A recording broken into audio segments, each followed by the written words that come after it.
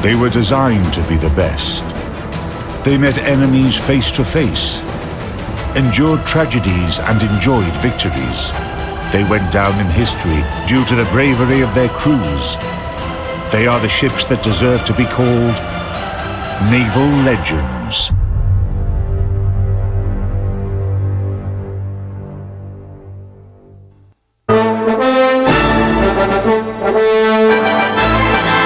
In this episode, the invulnerable Hornet.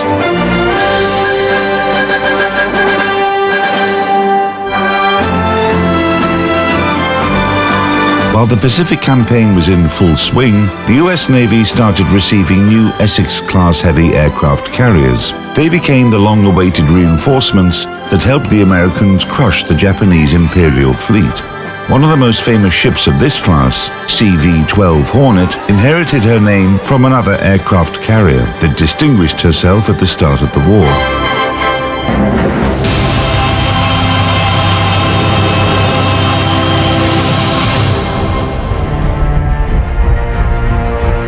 In April 1942, 4 months after the attack on Pearl Harbor, Americans prepared a bold and daring operation. 16 ground-based B-25 Army bombers had been brought aboard aircraft carrier CV-8 Hornet, which sailed towards the Japanese islands.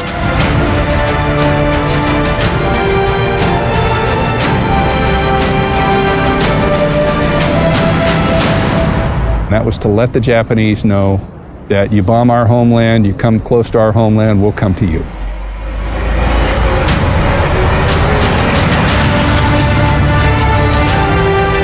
They literally sent the B-25s off of an aircraft carrier, something that had never been done before, and it was a one-way mission. They didn't have enough fuel to get back. The Doolittle raid inspired Americans and strengthened their belief in victory over Japan. In September 1942, CV-8 Hornet received serious damage during the Battle of the Santa Cruz Islands and sank. However, its famous name was given to a new aircraft carrier, CV-12, that was under construction at the Newport News shipyard.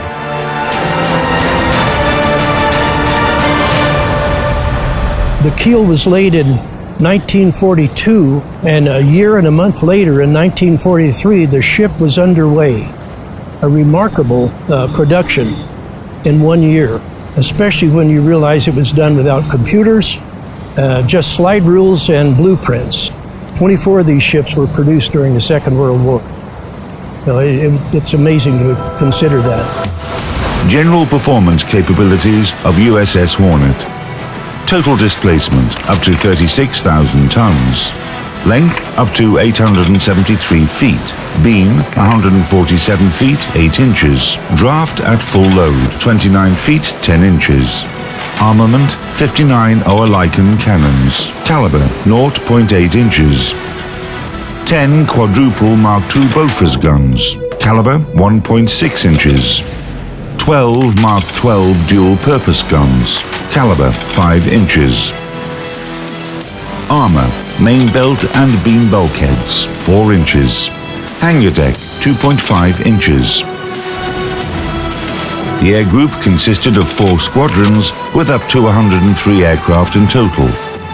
Hellcat fighters, Helldiver dive bombers, Avenger torpedo bombers. Maximum speed up to 33 knots. Cruising range 15,000 miles.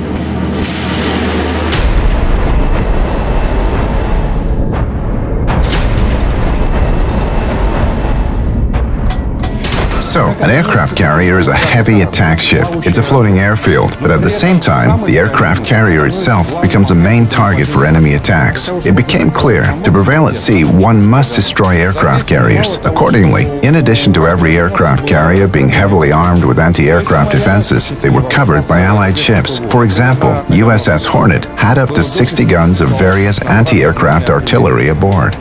All anti-aircraft weapons on board. All of our weapons were devoted to anti-aircraft. The single barrel guns could put between 6 and 10 rounds of explosive anti-aircraft shells in the air per minute.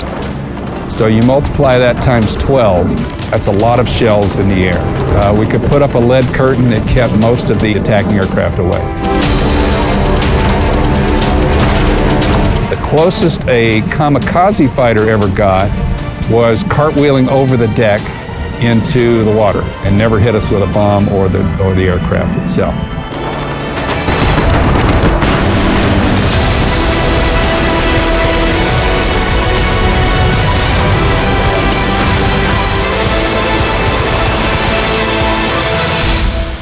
But even with this colossal number of guns, the main anti-aircraft weapon of an aircraft carrier is its fighter aviation.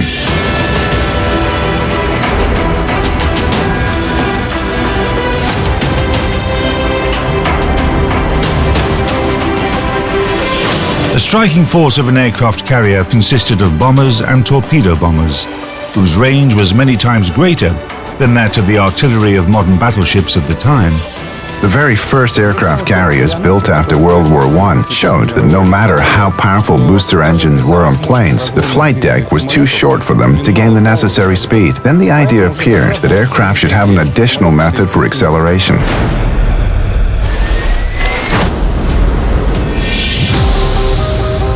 Now, they can't do it by themselves. They have to have assistance through the catapult system. This cable, it's hooked up underneath the wing, goes down, wraps around the front of that shuttle down below, and that shuttle runs in this track out to the front of the ship. There's a hydraulic engine rammed way down below that is powering this thing. And at that point, the plane is doing about 120 to 130 knots. It's a rather exciting start. Right after takeoff, pilots had exhausting work to do. The tension was growing with every mile of flight, and when they arrived at the target area, it would become immense. The pilots were aware of the risks they took in flying over the enemy territory and in combat there. And then as they got back to the ship, they'd tend to relax because now they feel safe, but they should always remember that one of the most challenging and dangerous things they're going to do is land back aboard this ship.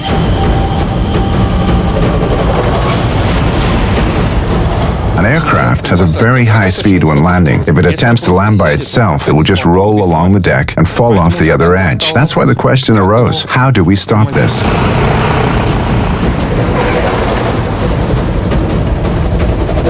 This area, and there's 4 of these on either side of the deck, where the cables would stretch out, and down below decks there's a bunch of equipment they're being tensioned, and they know how much the plane weighs that's coming in, so they actually tension the wire for the weight of that plane.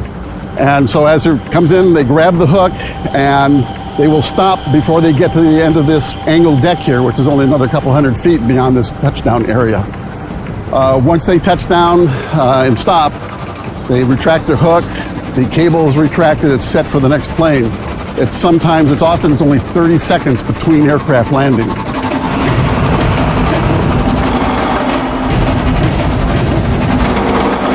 Some airplanes were much easier to land on board than others.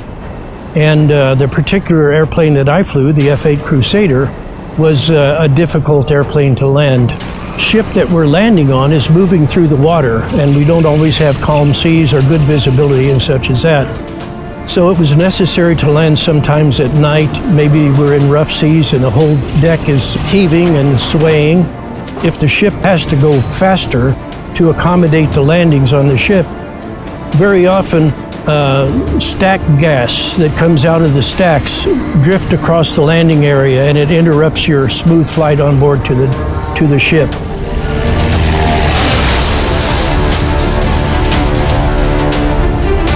There was a peculiarity during World War II. When landing on a deck, pilots had to drop all ammunition remaining after an attack down into the sea. Why? Because the accident rate was high. Pilots were landing by themselves, after all. There wasn't any guidance, radio navigation, nothing at all. They had to do it all by themselves. They were tired and exhausted. If the worst happened and an aircraft crash-landed, its whole ammunition stock would explode.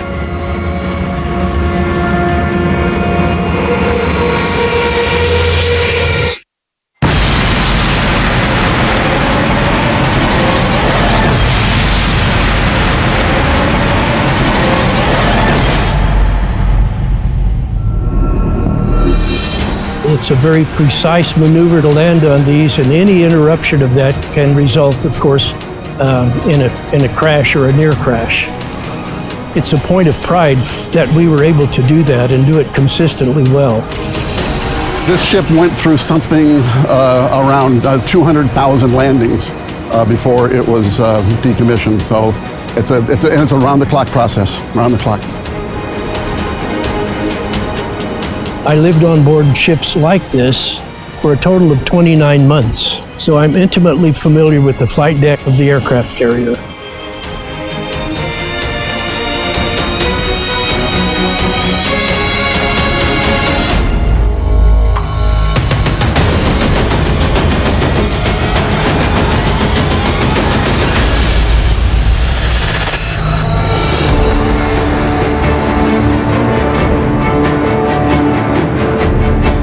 The Hornet aircraft carrier was commissioned in 1943. The United States had the advantage in the Pacific theater of operations by that time, but their enemy was still extremely dangerous. A raid by a carrier task force could be compared to a royal hunt. The Queen is escorted by several dozen ships of different types, from fuel transports to battleships. Crews are at battle stations. Scouts are sweeping hundreds of square miles of ocean looking for prey. My favorite room on the Hornet, this is Combat Information Center. In this room, all of the sensors for the Hornet come into this room. All of the radars, sonar information, electronic warfare information, it's all flowing into this room, and they're figuring out what needs to be filtered out and acted upon and passed up to the bridge for action.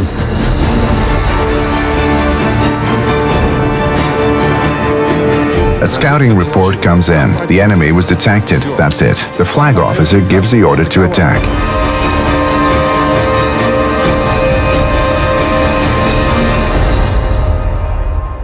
What does that involve? Launching an aircraft or a group of aircraft from a carrier? It all starts from the top, the speed and direction of the wind.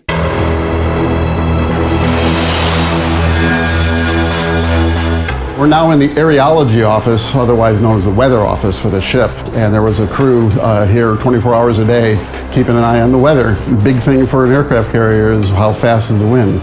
So they're constantly monitoring that. They're even sending off weather balloons from them just outside this office to keep track of some of the upper atmospheric conditions that are going on.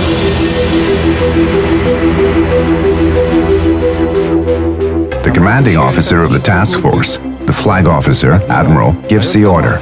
Prepare for takeoff. The flagship navigator calculates the course necessary for aircraft to take off. The aircraft carrier turns around. Accordingly, the whole formation turns around. And that's basically controlled by two enlisted men right here at these stations. Obviously, this is the wheel, and this is the ship's steering wheel. And what's going on is the operator is watching his compass, his gyro compass repeater. He's getting orders from one of the officers out there in the bridge to steer a certain course.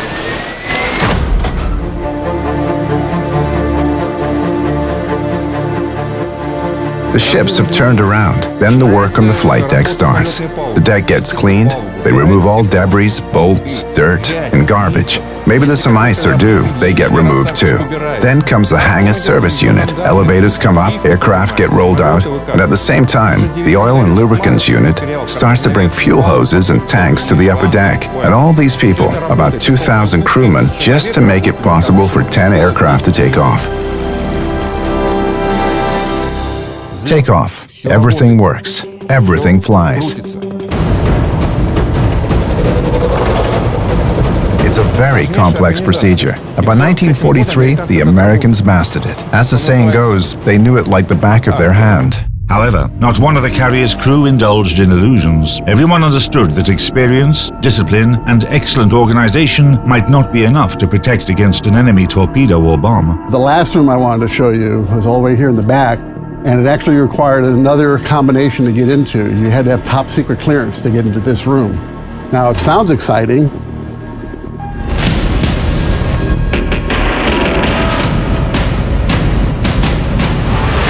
The information that's being printed on these teletype machines is classified top secret. It's a warship. If the ship got hit, it's being sunk, you're in enemy territory, you would take the most important security things, put them in the bags, which are weighted very heavy at the bottom with a steel plate, and then you head outside and toss it over into the ocean, and it'll sink, and hopefully the other guys don't get it then. The attack on Pearl Harbor showed the high efficiency of aircraft carriers. In accordance with the traditions of Eastern philosophy, Americans learned the lesson that the enemy had taught them and started beating the Japanese at their own game. Every day, commanding officers of task forces resolved issues and set in motion enormous amounts of resources without realizing that they lay the foundations of new naval warfare tactics.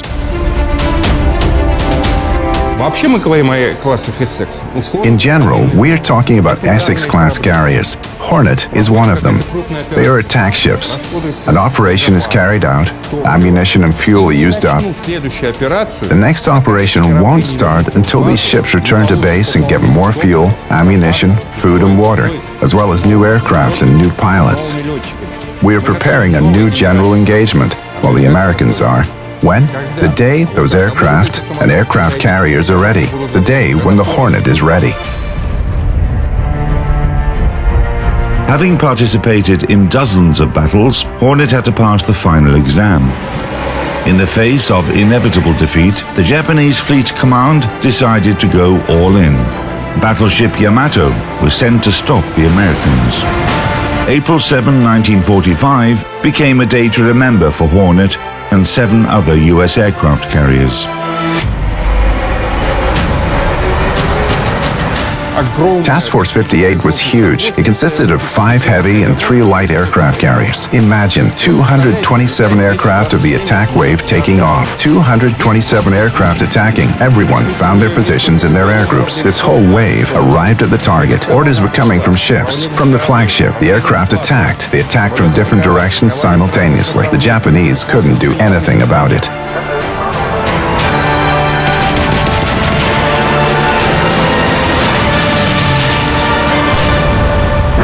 Battleship Yamato was defenseless against such a well-organized air attack.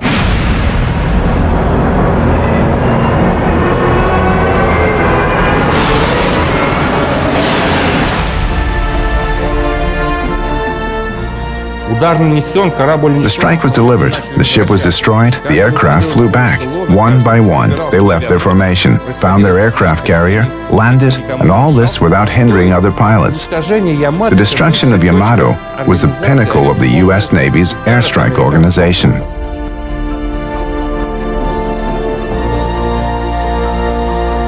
This operation put an end to the Japanese Imperial Fleet. Several months later, the empire itself fell as well.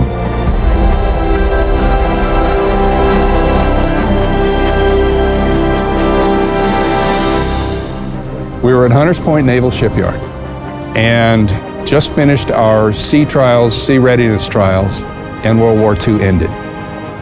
We became the lead ship in Operation Magic Carpet. This is how we got our guys home from over there. We didn't have any way to fly them home, so all naval ships were pressed into service.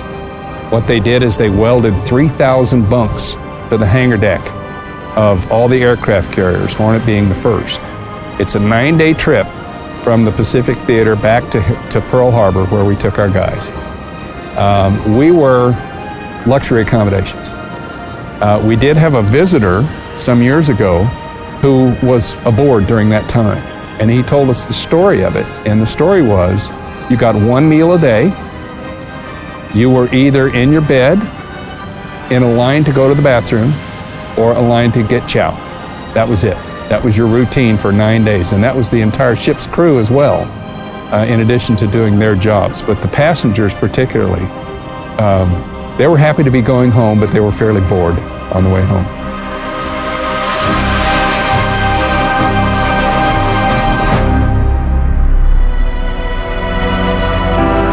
Hornet's biography is the history of the Pacific War. She took part in the Battle of the Philippine Sea, the Battle of Leyte Gulf, and the attack on Yamato in April 1945. Today, the aircraft carrier is one of the most popular attractions in California and a reminder of the heroic past of the U.S. Navy. She had an enviable record, one of the best records in World War II. She fought in 59 battles and was never hit by a bomb, never hit by a torpedo, never hit by a kamikaze. During all that time, she was considered one of the luckiest ships in the Navy.